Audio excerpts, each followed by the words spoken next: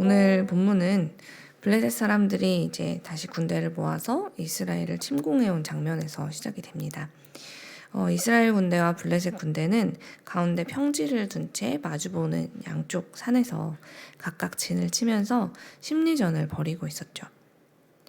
이제 그러다 계속 대치만 하는 이 상황이 답답하다는 듯 이제 블레셋에서 골리앗이 나와서 우리 1대1로 싸워서 이 전쟁을 끝내자라는 이야기를 하는데요. 전쟁을 눈앞에 두고도 전혀 두려움이 없어 보이는 이 골리앗이 누구입니까? 오늘 본문은 4절에 걸쳐서 그의 겉모습을 묘사하고 있는데요. 먼저 그의 키는 약 290cm나 되었고 머리에는 청동으로 만든 투구를 쓰고 또 청동 조각이 물고기 비늘처럼 붙어있는 갑옷을 입고 있었습니다. 그 갑옷의 무게만도 거의 60kg에 달할 정도였죠. 키는 거의 3m에 달하고 입은 갑옷의 무게만도 60kg. 심지어 그는 이뿐 아니라 다리에는 청동 각반을 차고 어깨에는 근접점투에 쓰는 청동 단창을 메고 또 원거리에서 달려오는 적에게도 던질 수 있는 철로 된 창도 가지고 있었는데 이 창 날의 무게만도 7kg에 달했다고 합니다.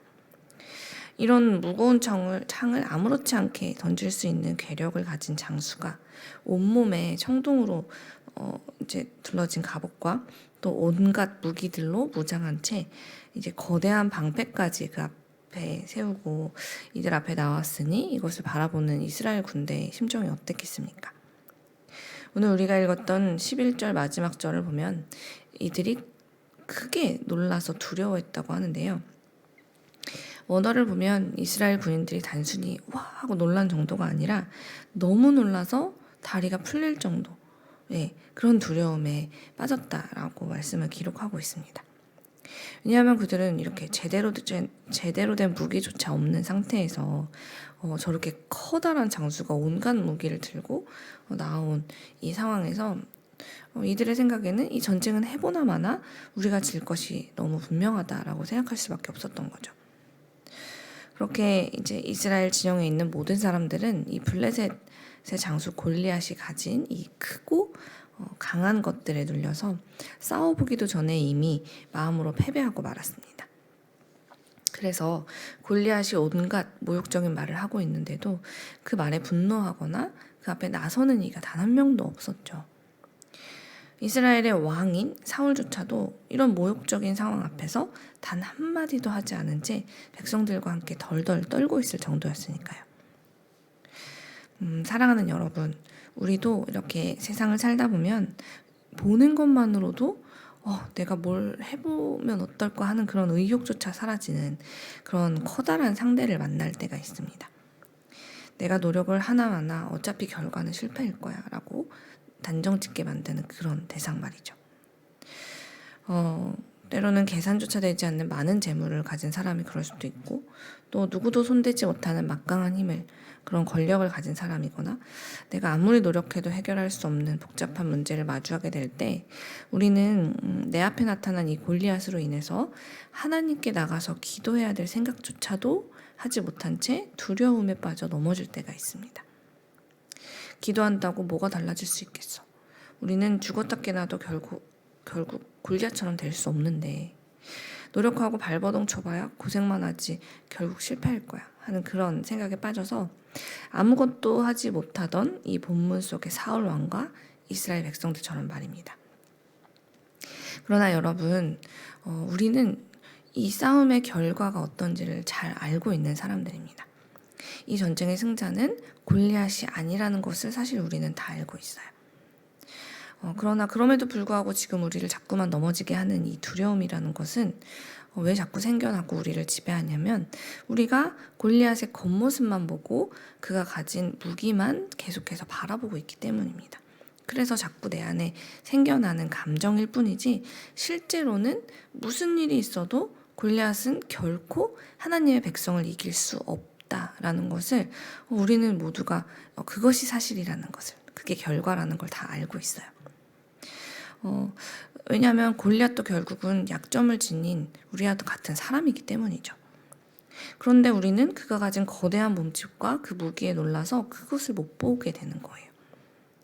그러므로 이런 엄청난 두려움에 자꾸만 내가 휩싸게 될 때는 이렇게 하나님 앞에 나와서 요동치는 감정을 가라앉히고 지금 내 앞에 주어진 사실을 있는 그대로 보는 노력을 해야만 합니다.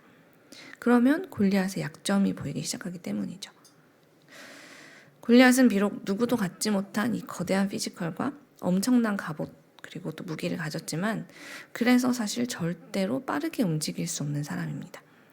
자칫 그가 넘어지기라도 한다면 다시 일어나서 싸울 준비를 하기까지 오래 걸리기 때문에 그런 위기 상황에서 민첩하게 대응할 수 없다는 거예요.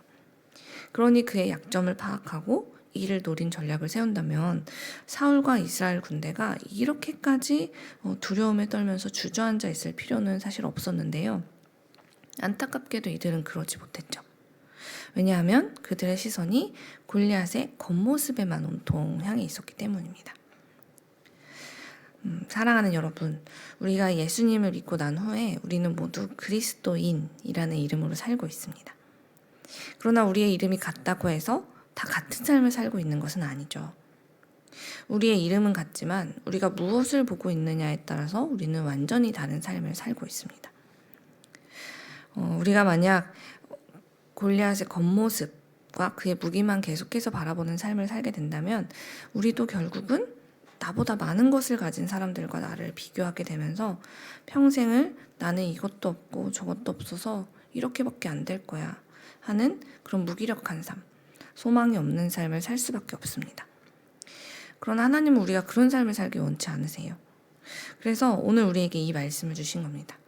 우리가 부러워해야 될 대상은 저 많은 것을 가진 골리앗이 아니라고 우리에게 말씀해 주시려고 이야기를 하신 것이죠.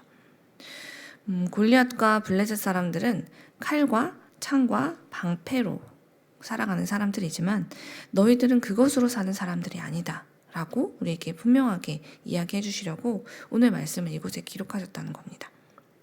비록 내 눈앞에 있는 정말 수많은 사람들이 다 그것을 가지고 그것을 의지하고 살아가고 있을지라도 우리는 그 무기가 아니라 하나님의 능력으로 살아가는 사람들이다 라는 것을 기억하라고 오늘의 말씀을 주신 것이죠. 이스라엘 백성들이 골리앗의 겉모습과 그 무기만 바라보고 있었을 때 그들의 모습은 어떻습니까? 우리가 보기에도 참 초라하고 나약하고 블레셋에게 능욕을 당하고 있으면서도 아무 말도 하지 못하는 심약함 그 자체인 존재로 보여지고 있죠. 이러지도 못하고 저러지도 못한 채로 그저 덜덜 떨면서 그 자리에 정말 가만히 있어요. 그들이 두려워하는 그 감정만큼만 하나님께 나아가서 도움을 청한다면 그 결과가 달라질 텐데 이들은 그저 골리앗이 하는 그 부정적인 말에 계속해서 가스라이팅을 당하면서 우리도 골리앗 같은 장수가 있었다면 뭐라도 해볼 수 있었을 텐데 우리도 저 정도의 무기만 갖췄다면 뭐라도 시도해 볼 텐데 근데 우린 그게 없잖아. 우린 안 돼. 우린 해봤자 소용이 없어 하면서 그냥 그 무기력한 상태에 머물러 있기를 지금 선택하고 있는 것이죠. 사랑하는 여러분, 오늘을 살고 있는 우리의 모습은 어떻습니까? 사울과 이스라엘 군사들처럼 골리앗이 가진 것들만 바라보면서 하나님께서 하실 일은 전혀 기대하지 못한 채 그렇게 무기력한 하루하루를 혹시 보내고 있지는 않습니까? 하나님께서 하실 일을 기대하지 않는 그런 마음과 생각, 하나님께 도움을 구하지 않는 태도, 그것이 바로 죄입니다. 그러니 내 눈앞에 비록 골리앗이 있어도 아니 그보다 더 대단한 문제가 나타나서 나를 짓누를지라도 그것을 능히 이기게 하실 수 있는 분이 나의 하나님이심을 신뢰하는 우리 모두가 되기를 간절히 소망합니다. 두려움의 크기만큼 하나님께 나와서 부르짖으십시오. 그러면 하나님께서 우리를 위해 싸우시겠다고 하나님은 계속해서 이 말씀 속에서 우리에게 약속하고 계세요. 그리고 그래서 우리가 하나님 앞에 구할 때 하나님은 정말로 우리를 위해서 싸우시고 골리앗의 약점이 무엇인지를 우리만 아는 것이 아니라 온 세상 사람들이 알 수 있도록 그 약점을 보여주실 것입니다. 그러니 우리 오늘은 내가 마주하고 있는 그 골리앗을 하나님의 손에 다 맡겨드립시다. 두려움은 우리 예수님의 십자가에 다 내려놓고 우리를 위해서 예비하신 하나님의 승리를 마주할 날을 기대하면서 내게 주어진 이 하루를 또 기쁘고 담대하게 살아내는 세상의 빛 이레교회가 되길 간절히 소망합니다.